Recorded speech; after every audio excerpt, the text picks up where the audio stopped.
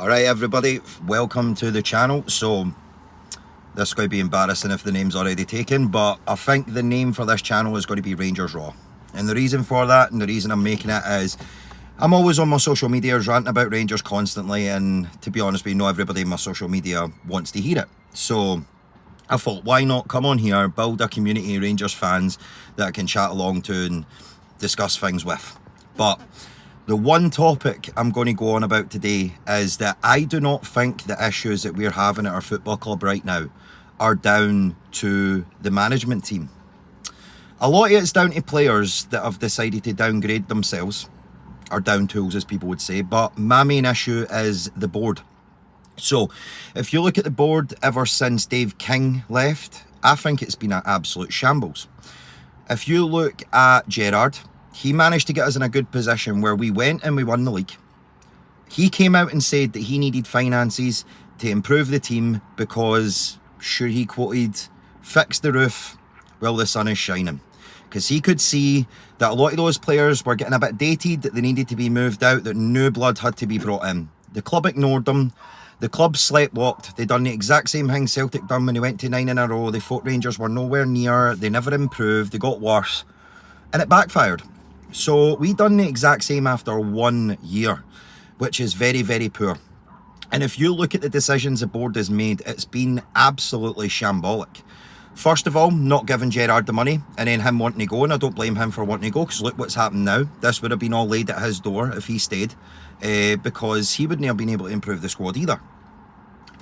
Then you replace him with Giovanni and you do not back him. You hardly give him any funds whatsoever, right? He gets you a European final and you hardly give him a sniff, even though I'm pretty sure that year we made a lot of money. We made the money from Europe, which ended up about 50 to 60 million pounds because we got to so far in the Europa. We also sold Bassey, we also sold Patterson, we also sold Aribo, and then he got given a pathetic budget, a absolutely pathetic budget. Then he goes and we bring in Michael Beale, the most inexperienced manager out of all of them, had only managed full-time in a professional team for, I think it was around 2 or 3 months before we went and got him when he was at QPR. And we just gave him everything. We just said, go and buy players. Just go for it. Like, I'm sure we paid about £4 million for Dessers, 3.5 for Lammers, and that's just getting started. So effectively, the board, out of everyone, gave the money to the guy who was the least qualified. And you even look at it with Clement now. Clement's told, look, you need to get rid of the manager's previous crap signings before you can bring in your own. So it's tying his hands behind his back because the board never invested in Gerrard, never invested in Gio, no invested in Clement, but invested in the one absolute guy they should not have invested in, which was Michael Beale. No matter how good a game he spoke, he was not experienced enough. He should not have been getting the budget he got. So I think that is things we need to look at. And then when we also look at obviously the stadium, the reason why the parts are late, we should have had them ordered into the country in advance before the summer had even began and we started the works. Because if we knew it was going to be late before we started the works, we could just delay them till next summer. But instead the club wanted to save some money and get it from a place that they shouldn't have, and also they should have stored it in the country months in advance, but they decided not to because that probably would have cost them money as well. So they've messed that one up. Now we're losing money by being at Hampden. I believe that has affected the budget for the team also. So I would lay a lot of this at the board. I would actually like to see Dave King come back. I would love to see him come back and reorganise everything, because he was even telling us right after Gerrard left and everything that the place was being ran like a shambles and that he didn't like it. He could see it, Gerrard could see it, the rest of them didn't, because the rest of them on that board are businessmen. None of them are football men. They're all just businessmen, they care about their money. Just like Douglas Park came in, said he would rescue Rangers, get us back to a good place, and then as soon as we seem like we're getting back on our level keel financially, he comes in and takes all his money out at once. Him and these guys come in, take all their money, leave, and leave us in a very bad position again. Rather than using common sense and waiting until we are in a position of strength financially and then taking it off us, they decided to pretty much put us back to square one. So yeah, down to previous board members and down to the board members now, that is why the club is the way it is. That's why we keep going through new managers every October. It's down to the board, not down to the manager.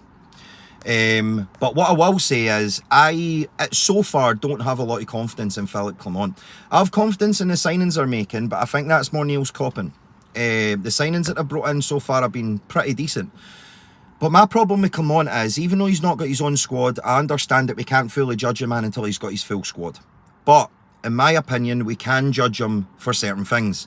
We can judge him for his selections. Yes, this is not his full squad, but he can still choose what is the best 11 to go on the pitch. And you cannot tell me starting Scott Wright and McCausland in a European game that we need to make the money from is going to win us a European tie. That was a really bad decision. He says that Czerny isn't fit enough to play a full 90 minutes. That's perfectly fine. Start your best 11 from the beginning, play them for 50, 60 minutes, and then take them off when they're tired. If Czerny could come on for the last 30 minutes, knowing it could have went any extra time and everything, we could have started him. I'm fed up. That's the one thing I'm fed up with Philippe Clement. He prefers to end games with his strongest team rather than starting games with his strongest team. And my problem with that is, if you don't build into a game straight away and you don't get rhythm going, doesn't matter who you bring on later in the game. If you're not fluid and you're not playing well, it's not just you're going to make a change in 60 minutes and all of a sudden the whole team are going to start playing well.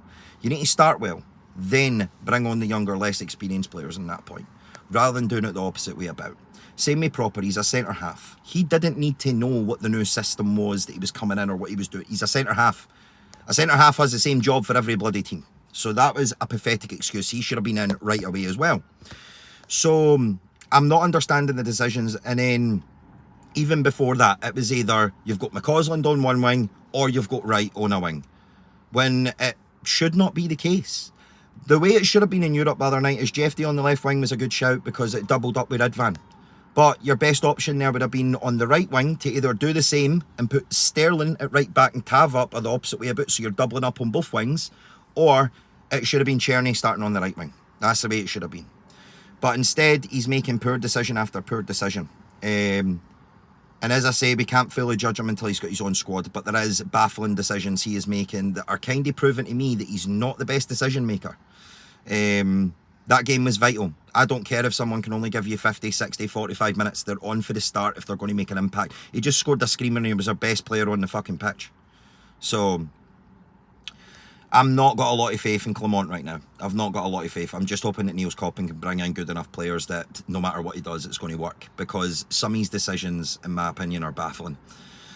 But yeah, that'll do for the first video. I'll be doing things like reviews on games, different things like that you see on other Rangers channels. The only difference with myself is I'm a bit more ranty. Would say I've got a bit more bite, I'm a bit more brutal. That's why the name Rangers Raw is the one that I want to use, because it's raw. It's not going to be making sure I'm saying the right thing and making sure that I'm being pragmatic about it, everything like that. No. If I'm going to be angry, I'm going to be angry. If I'm going to swear, I'm going to swear. If I'm going to have issues with the team, I'm going to say it. I'm not going to make everything sound nice and wrapped up in a nice wee bow and everything like that. If the team are terrible, I will say they're terrible. It's as simple as that. But yeah, thanks very much, guys. Like, comment, subscribe, and let me know what you would like me to go over. But as I say, I'll be going over probably game previews, post-match reviews, and then apart from that, it'll probably be just any Rangers news that just randomly pops up. But thanks, guys.